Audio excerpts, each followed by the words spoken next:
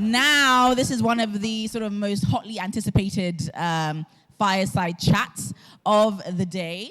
We are joined by Mr.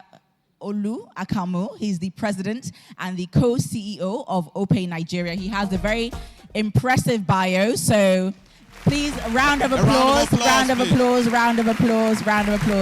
Thank you so much. Make him feel very welcome as he makes his way on to the stage. We're so happy to have him here, and I know this is, really an anticipated panel.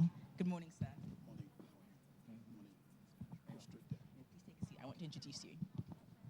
So he has very graciously prepared a lecture for us on growth. But before we go into his lecture, I would just like to read out his bio, because he is truly, truly impressive, and we just need to understand the caliber of greatness that we are being graced with this morning. So Mr. Olu Akanmu is a visionary leader at the helm of growth and innovation. So prepare to be captivated by the immense expertise and breadth of experience that Mr. Olu Akanmu brings to the forefront. As an accomplished commercial leader, he's traversed the diverse landscapes of consumer goods, manufacturing, healthcare, telecommunications, financial services, and fintech, leaving an indelible mark at every single step. With a proven track record of success, Mr. Olu Akanmu's visionary leadership has propelled different organizations, like I said, across different sectors, from fintech to telecommunications to manufacturing to great heights. As the co-chief executive officer and president of OPay, he draws upon his exceptional executive acumen in telecommunications and financial services. Previously, as the Chief Marketing Officer at Airtel Nigeria, Mr. Olu Akanmu spearheaded the development and implementation of commercial strategies, orchestrating the attainment of annual revenue targets surpassing a staggering, you're going to be blown away by this number, $1.5 billion. Yes, dollars, not naira. Prior to that, he held the esteemed position of Managing Director/CEO Retail Banking at the former bank PHB, where his leadership acumen redefined the landscape of retail banking. In his early career, he also played a pivotal role in the rise of MTN Nigeria, contributing significantly to its subscriber base growth of over 10 million within the first 5 years. So when we're talking about growth, that is significant and incredible growth right there. And beyond his remarkable achievements in the corporate world, Mr. Akanmu has also made significant contributions to the international, not-for-profit, and social developmental sector. Through his involvement with Population Services International, he's gained a deep appreciation for social development and public policy issues in Africa, fostering a holistic understanding of the broader impact of, these holistic issues. So a transformational leader and an expert in enterprise digital transformation. Mr. Olu Akanmu possesses a unique ability to galvanize individuals and build organizations that transcend conventional boundaries. So I hope we're all ready this morning to be inspired by Mr. Akanmu as he takes the stage here at GrowthCon, because I know that he's going to change the way we perceive leadership, strategy, growth, and also the boundless potential that we have here on the African continent. Please put your hands together as we welcome Mr. Akanmu to the podium. Thank you so much, sir. Thank you for gracing us with your presence. Thank you, Talula.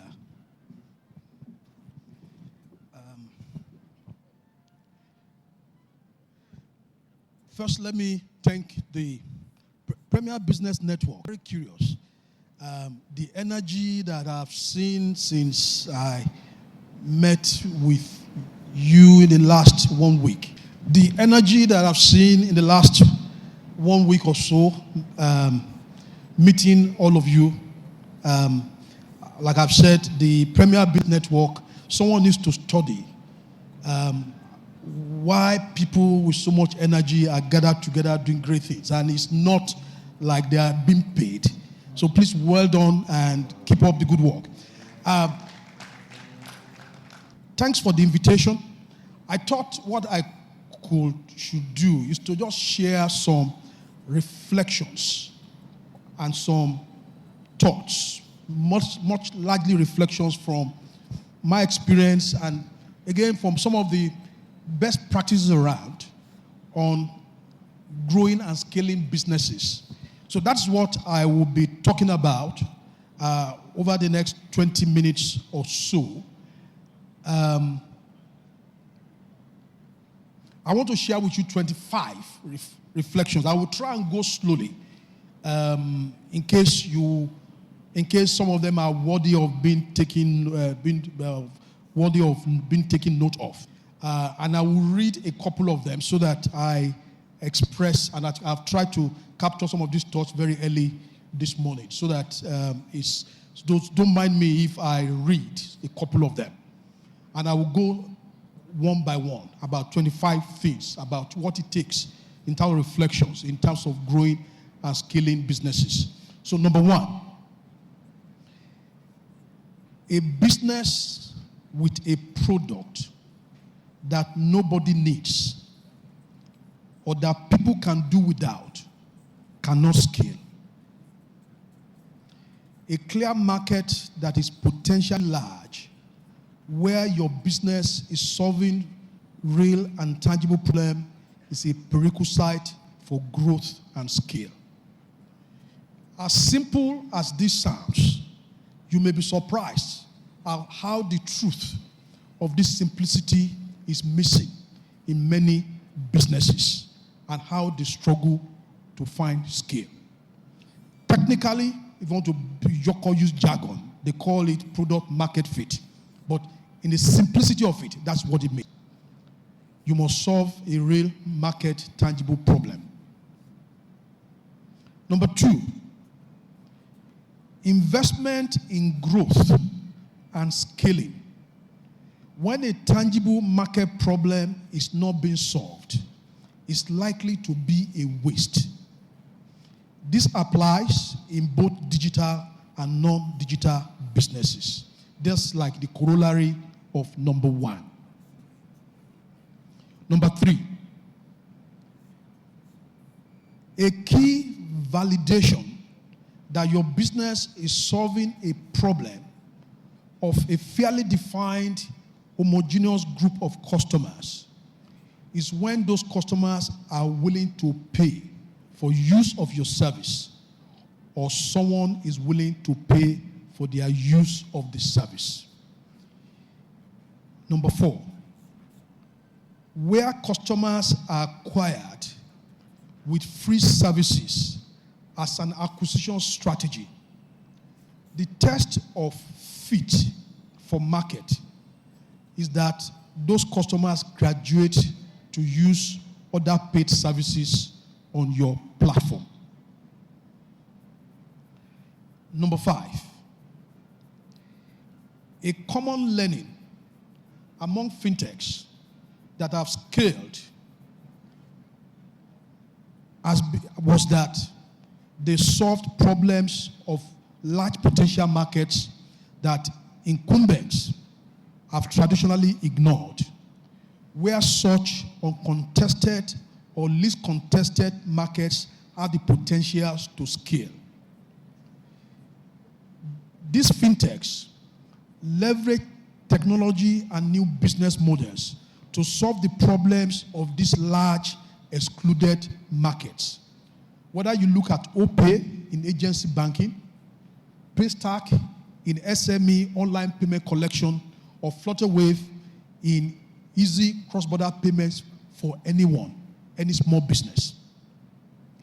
The lesson is that you are not likely to succeed as a startup if you are in a head-on collision with incumbents who are more resourced than you. Number six, when you have found product market fit, you need to run and scale as quickly as possible. Most markets in Nigeria or around Africa, particularly Nigeria, can probably just take 2 or 3 players at scale before the market is locked up. It is your scale that gives you all the advantages of cost economics and network effects. The point here is that you must run very quickly because in most spaces, it can only take 2 or 3 players at scale. But you are coming as number 3 or number 4, you are not likely to make it. Number 7, by experiments and iteration, find or define as early as possible the profile of the potential early adopters of your product. They are likely to be those who have the biggest problem or pain that your product solves. Focus your initial acquisition investments on these early adopters. Your marketing investment will be more efficient this way rather than scattered targeting of diverse customers. Number 8, finding a market gap is not enough. You need to have a good product design to drive the uptake of your services, solve real problems, and remove the frictions of usage. All those things, design thinking, you well know it. You well know it. But what I also want to share with you is what is not very popular in the ecosystem, that model, which I call Accord, which is called Accord. It's not invented by me. It's all in the books. The Accord model says that a good product that will be rapidly adopted must fulfill Accord. Just imagine, just say ACCORD. A, the acronym. The product must demonstrate a clear advantage over competition or existing behavior. C, the product must be compatible with the existing behavior of customers you want to target or serve. The least compatible your product with the behavior of your customer or the target market, the lower your adoption. C, second C, complexity. The more complex your product, the lower the adoption. O, observability. Make the benefit of your product in use observable. The more you do that, the higher will be your adoption. R, reduce the risk of using your product, especially if it is new. The higher the risk, the lower the uptake. D, divisibility. Make it easy for people to try your product. The more divisible your product, the higher the adoption. You can use this simple acronym to quickly think what you need to do in terms of designing your product to rapidly diffuse in the market. Number 9, a simple way to imagine building a growth and scaling model for your business is to imagine it like a triangle in which the base of the triangle is the size of your customer base, and the height is your usage and usage frequency and your use occasions of your service by your customers. Everything that you are doing in growth and scaling is to get the triangle bigger by expanding the base and increasing the usage on the height. Become granular and scientific in what drives the expansion of your base and the height of that triangle in terms of usage of services. Number 10, customers are not the same in value and their revenue potential. It is important to relate, It is important to relate your customer lifetime value, the value that your customers will give you over the lifetime on your platform, to your acquisition cost. If the value that your customers or the revenues they will give you over a lifetime is higher than your acquisition cost, you are in the profitable business. Your unit economics is right. But if it is negative, you are acquiring value-destroying customers, and it will affect your growth on the long run. Essentially, it means build a clear monetization and profitability path to growth. If your acquisition cost is higher than the value of the customers you are targeting, you will ultimately erode your capital. That is what tends to happen to a lot of startups. Make sure you pay attention to this so that you don't erode your capital when you scale. Because when your unit economics is negative, the more you scale, the more losses you make, and the more you will eat into the capital of your business. Number 12, in many businesses, from telecoms to banking and fintech, there's a natural tendency for your average revenue per user to decline as you go deeper into your market base. When you have exhausted the base of higher quality and high value customers. At the same time, there may be pressures on cost on acquisition due to competition, which implies that that metric of lifetime value to customer acquisition, it begins to degrade. This is where the science of deep scaling begins. The constant daily iteration to extend the lifetime of your customers and their daily usage in the revenue that generate on your platform, removing the frictions and keeping your customers happy. Those who do this well have a compounding scale and growth advantage over their competition. Number 13,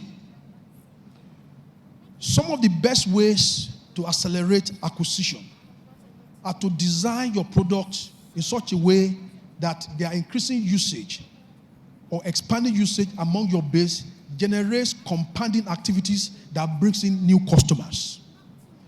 The most obvious one is, of course, great experience and good word of mouth that generates a large advocacy base among your customers to their friends and community to come on board your platform. During the cashless implementation, the unique reliability of OPay generated a large word of mouth customer advocacy that made us to grow in several multiples. You can also formalize this in deliberate incentives and referral programs. An even more powerful one is when your customers advocate and recruit their peers and their communities for you because they get more value when they use your product together, generating what they call virality. During the cashless period, again, for example, for OPay, traders, informal traders, and their customers who needed to trade with each other were persuading each other to get on the OPay platform so that trade and payments between them can be as smooth and as reliable as possible. Such things, such as word of mouth, customer advocacy and referrals, and virality effects can potentially create what they call powerful, continuous, reinforcing loop of growth. Find your own loop of growth in your business. Design it deliberately and make it inherent in your product. And build metrics to track their effectiveness and continuously optimize them. Sorry, I hope I'm being followed. Okay, I want to be, okay, all right. Number 14, the beauty of the above, what I've just said, is that your growth, when you find that you're reinforcing growth loop, the beauty of that is that your growth becomes organic and the acquisition cost of your customers become very low, which improves the unit economics of your business. Number 15, partnerships are also a key way to accelerate acquisition and drive low acquisition costs. Find platforms or businesses who have the customers you need, where your partnership with the platform increases their value to their customers while you expand your customer base. Number 16, don't be generic. Build and find differentiation within your category. It will make your acquisition costs lower and more organic. You will not need to pay to acquire customers or retain them. Customer economics of businesses with regards to the customer lifetime value and acquisition cost tend to degrade the more they become generic and undifferentiated. You begin to compete on price. You pay more to acquire customers and you spend more to retain them.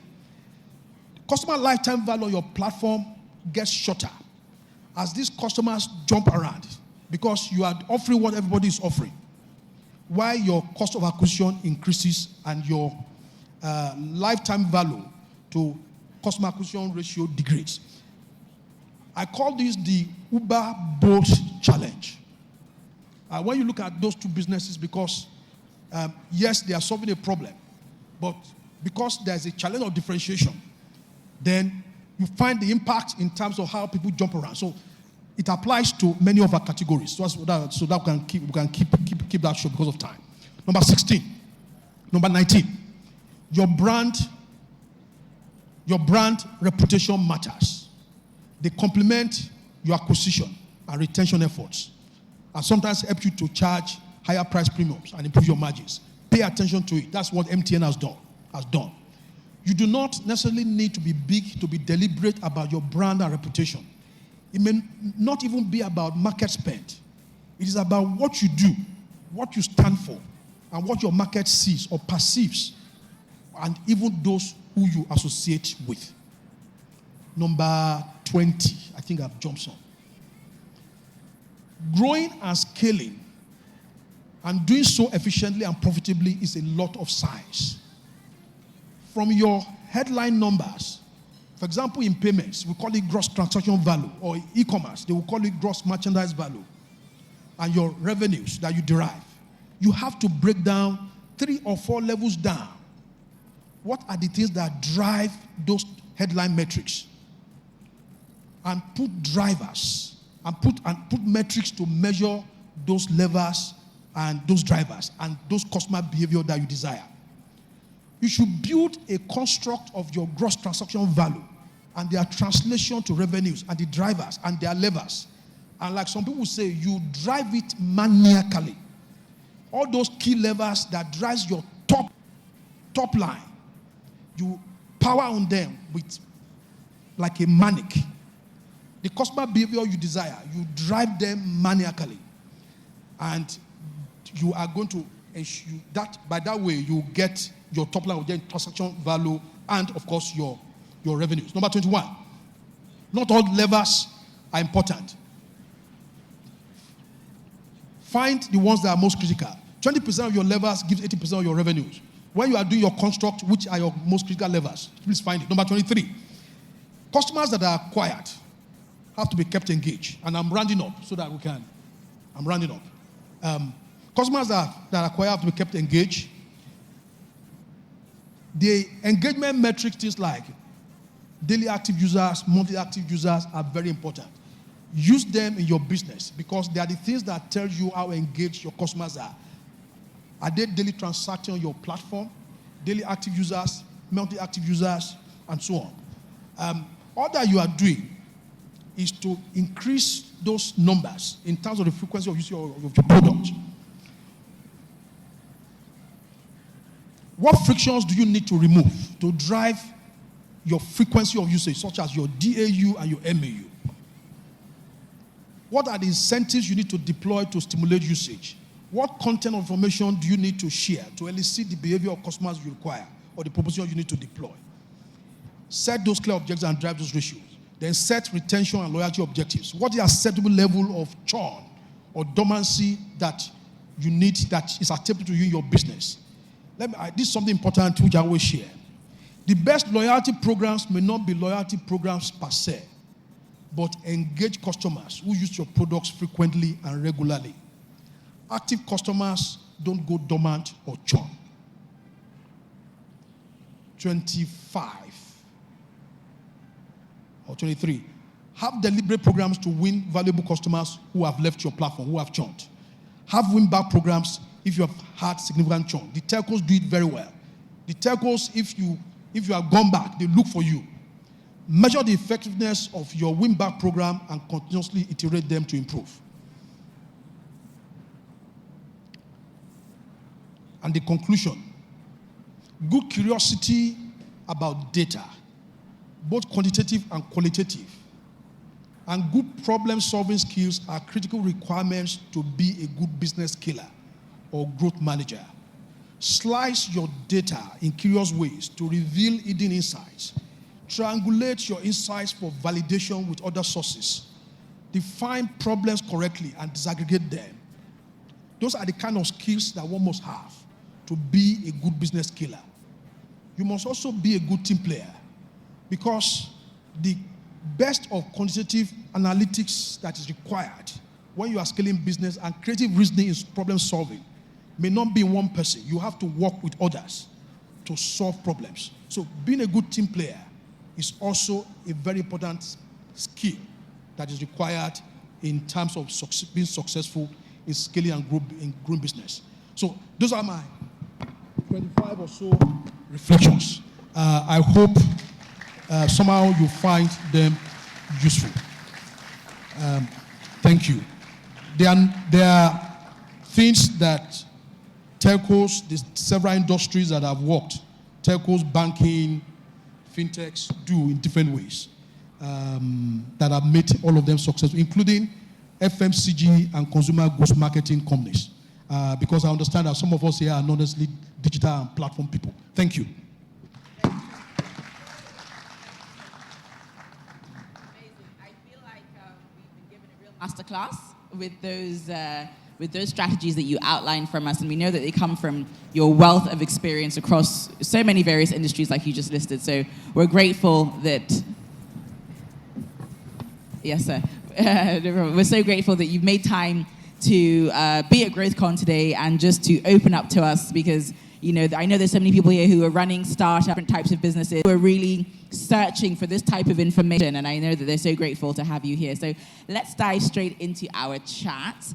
Let's challenges, because I know that over the course of your illustrious career, there must have been some pretty tough challenges you have come across. So how were you able to not only face those challenges, but also overcome them? Yeah, thank you, Talula. Something to share would be sometimes when growth and scale does not happen overnight, there's usually a heavy lifting part at the beginning that many may not see. So the way to imagine sometimes growth, everybody talks of hacking. Sometimes the concept of hacking, shortcut, may not exactly happen the way it says. Like you get there, the next day you see growth. It may not happen that way. Sometimes in real life, growth may be looking like building a scale business may sometimes look like a construction site in which you are trying to build a skyscraper, and you are digging. You have to build a solid foundation, and of course that site is fenced. People pass and they are wondering, these guys that have been on this side, we have not seen what they are doing. Those are the time when you are experimenting, you are iterating, you are testing your propositions. In those periods, which you have to do, of course, now with digital, you can do them much more rapidly. So, for example, at FCMB, when we are building the FCMB, I tried to do retail twice, and we came and had to build retail for again. We inherited a business that was 3 billion loss annually. Wow. And of course, the pressure was all over there. In banking, we go for what they call MPR. Every 30 days, you have to go to, everybody else there. Oh, retail, you guys are making losses. We need to close it down. That's a lot of pressure. Of course. You're under pressure. And that period of heavy lifting, the period of constant iteration, is where you need to be sharp at your game. Even when the business is not where it used to be, map out from what you do, from the problems you are solving, the path to your growth and profitability that begins to convince your stakeholders that what you expect will happen. So, for example, we started with a 3 billion loss business. Second year, the loss dropped to 1.5 billion. Third year, it became 600 million. We were still not profitable. But, of course, the other businesses in the banks were all very profitable, blah, blah, blah. Then you have to ask them, just we were discussing, go 3-4 levels down and tell my other colleagues in the bank, If you see a business that is growing, doubling its profit every year, and you see some other business growing its profit by 10% every year, even when it's profitable, if you're going to buy stock, which one will you buy? You could see this business is going to be very profitable soon, and it will become perhaps the most profitable business in the bank. And that was what happened. That 3 billion loss business, because revenue was growing faster than cost, because the foundation period in terms of heavy lifting was done, perfecting the model, testing the propositions, and began to scale in a way in which revenues were now growing. Cost was nearly flat, 5% growing a year. Revenues were growing like 35-40% a year. That business, when I was moving on, that business, we left it at 14 billion PBT from 3 billion loss 7 years before. Round of applause, please. And one thing I want to mention there is storytelling. It's very important. Something became a lingo in the bank, and it's still there today. They call it trajectory. Because when we come from retail to speak at our MPR, they will say, oh, trajectory. The trajectory means don't look at our profit. Look at the leading indicators of where we are going, that our business is on track to becoming very big. So the heart of storytelling, using your numbers, showing trajectories, giving meaning to data becomes very important. And today, that business is probably the core of FCMB today. And it used to be the least profitable business in the bank. That's really amazing and so inspiring, so inspiring. Thank you for sharing that anecdote with us. I want to touch on one thing that you've said, from when the business was making losses and all of that. How were you able to galvanize your team as a leader and get them to buy into your vision for growth and also to buy into your strategies for growth? There has to be a vision that is greater than the moment, that inspires the people who are building with you, that will make everyone to ignore the pain of the short term. All of us who were doing retail, we were very committed to it because we recognize that we are fixing problems of real people. We are making impact. And we know that if we succeed, our business becomes even more sticky. That's another thing about this kind of businesses. When you perfect your model, revenues are sticky. And we are coming out. So a vision of a moment of a future greater than moment is very important, inspiring the people that you work with in such period. Yeah. Fantastic. Thank you so much for sharing that with us, sir. So, I follow you on LinkedIn. I take great pride in reading your posts, and I also learn a lot from your posts on LinkedIn. So there was one where you were talking about, the regulators, and there was a quote or a principle that you referred to from the 7 Habits of Highly Effective People, yes, that book, where you said with regards to, fintechs and regulators, it's more important to seek to understand than to be understood, which I thought was a very interesting perspective because it's probably contrary to maybe other fintechs in the space who sort of think of the regulators as a bit of a pain in their side, and because, as we know, regulation can change very quickly and it can negatively impact certain fintechs and certain aspects of, being a fintech. So what sort of made you have that almost reverse psychology attitude towards the regulators? Thank you, Tamila. I was having some conversation with my friends from Tekaba just before now on this same matter. One of the important things about managing regulation in terms of and sharing experience, managing regulations and regulators, is that those of us in tech, we need to have a very open mind approach to regulation. If we approach regulation and regulators that they are our enemies, you are likely to create a friction that you may not solve with that mindset.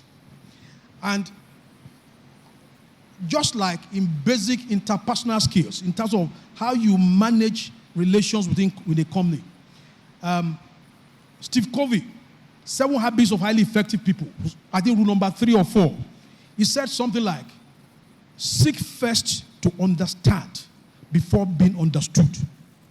So an example is marketing, finance, typically, or business and risk. In a bank, everybody is at loggerheads.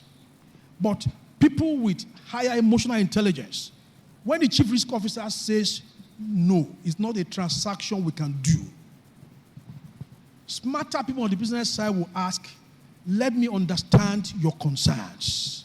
Where are you coming from? How can I address it? Then you begin to see that you begin to have the consensus and alignment to execute. Same thing with regulation. The regulator responsibility is to see beyond our business, especially to the wider unintended consequences of our innovation, which we may not see. That is the cap that they wear. So when they have concerns, the approach should be, regulators, let me understand your concern so that we can address it. When we have done that, we are likely to get the empathy that we require in terms of support from our regulators. And of course, the regulators must also do the same thing. So that principle of we all need a higher emotional intelligence to engage and manage some of these frictions with regulators. I think it will be very useful. That's the context of that post. Thank you. Fantastic. Thank you so much for sharing that and for also giving us another way to look at the regulator issue. So now I would like to throw questions out to the audience. If anybody would like to ask Mr. Akanmu a question, now is the time. Okay, I see a hand up. I see 2 hands up. If we could get a microphone to them, please. Thank you. Oh, you have quite a few questions.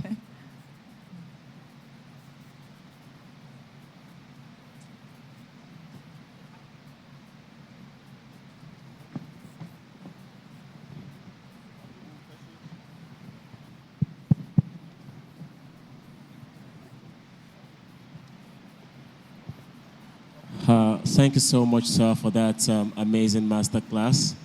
I wanted to throw some light for us in the area of B2B. Oh, Victor Latunde is my name, and I'm the founder at SalesPlat. We basically provide revenue growth talent for organizations, both in tech and non-tech areas. So I wanted to help us throw some light into the possibility of scaling B2B businesses.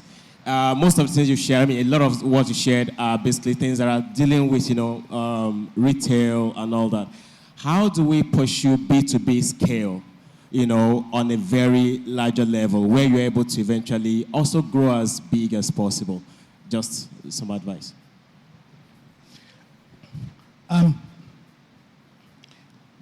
B2B, there's a part of the principles of retail also applies to B2B. That principle of a triangle of a base and usage is not necessarily about consumer or say a B2C. You can apply, especially for a whole lot of our tech businesses who are trying to work in the SME space. You can apply the same principle. What's the reason? Expand your base, increase the frequency of your usage. If you have, of course, the only difference in B2B is that in consumer, B2C, we talk of millions of customers. In B2C, you are talking of maybe 30, 40,000. In B2C, we are talking of making money in 5 naira, 2 naira, in millions. In B2B, you are talking about you are talking about making 5 million naira per customer when they have adopted either your service or your software. So some of the models also apply, whether you are doing SaaS or whether you are whatever. It is the same principle. And the principle of what we are discussing, the Accord model, I've seen some of my colleagues, for example, wanted to sell a SaaS to a business, and they designed a product where the cost of integration is like 50 million naira, 70 million naira. This is not even a tech company. Of course, from there, even though it's a great product, it's too expensive to try. So some of those things about proof of concept trials, so you can see the same principles apply, only in different contexts. Proof of concept is a way to make trial easy for your customers, for your product, for example, in B2B, and so on. Thank you. I know we had another question. Should I go ahead? Located, yes, at the back. Okay, good morning, sir. And good morning, everybody. My name is Chinonso Ogbuogu, and I'm the founder of Sabi Writers. Sabi Writers is a one-stop shop for all your writing needs. I would like to ask you, sir, about you as a person when it comes to managing scale at the highest level.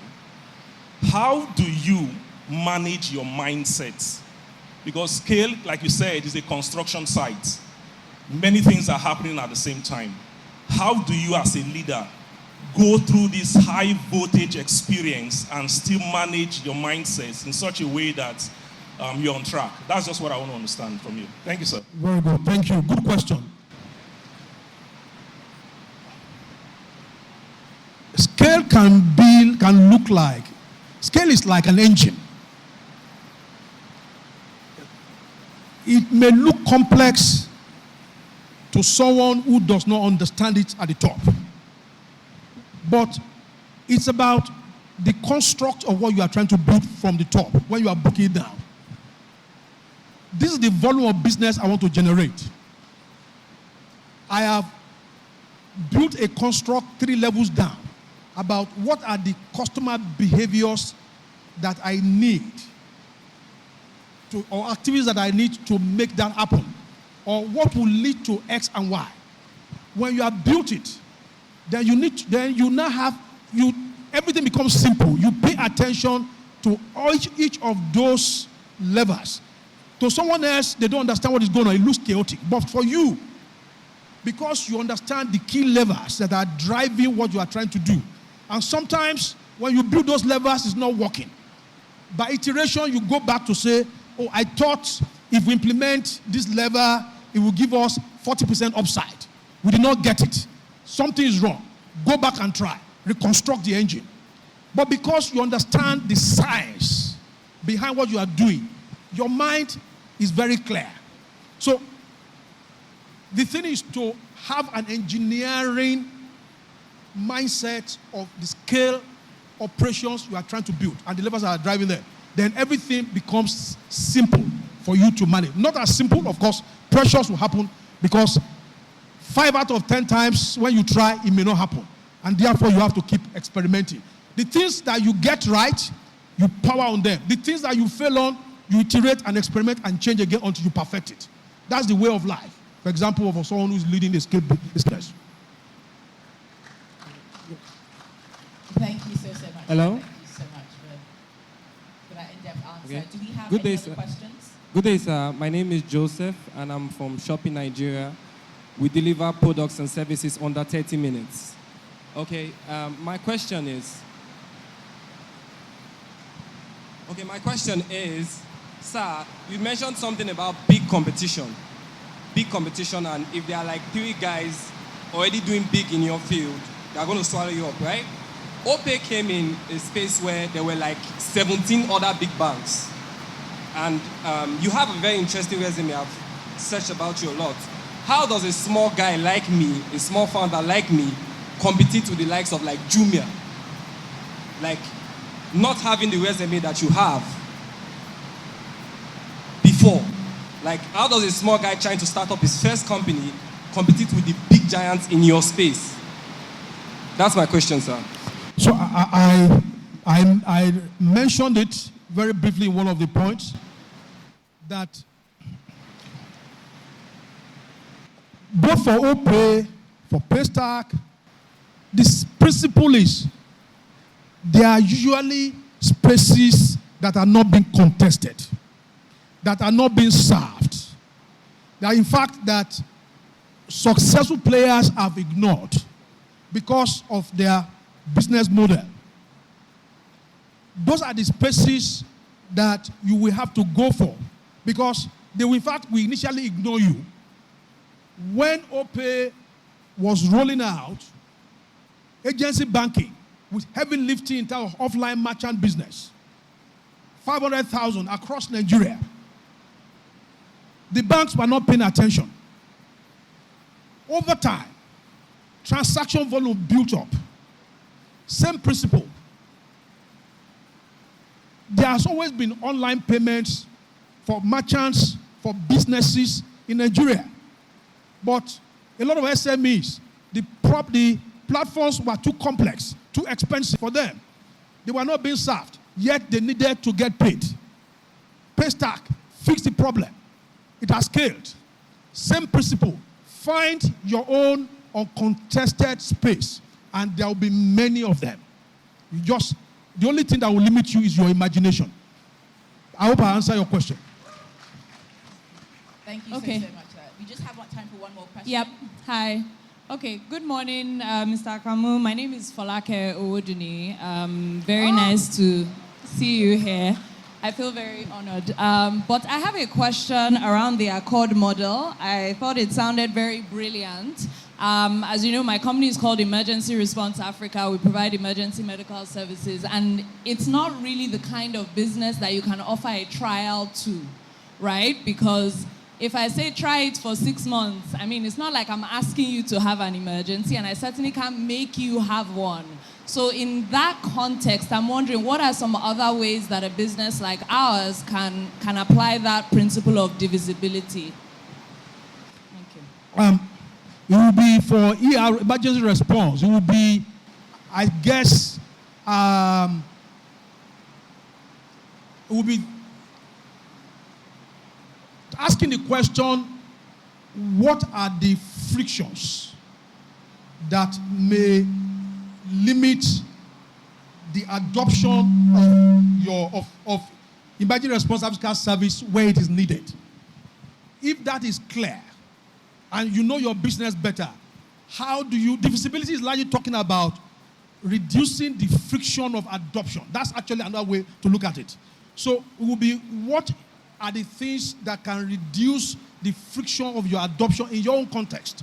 And what can you do to fix that so that many more people get to try? And the trial doesn't have to be 6 months. It may be the first attempt. And I know you do that very well. When they have tried it, and they have got a very good story. And I know you also go to tell the story about how someone got saved, and you post on your link. I mean, I think that's the process. The principle is make it easy for the target customers to try and adopt your service. That's the general principle there. Perfect. Big round of applause, please. Let's keep the round of applause going. I want to extend a very, very thank you to Akamu on behalf of the PBN and the GrowthCon community. Thank you so much for making time to share so many nuggets of wisdom with us today. And I'd like to invite Bola to join us for a photograph. Thank you.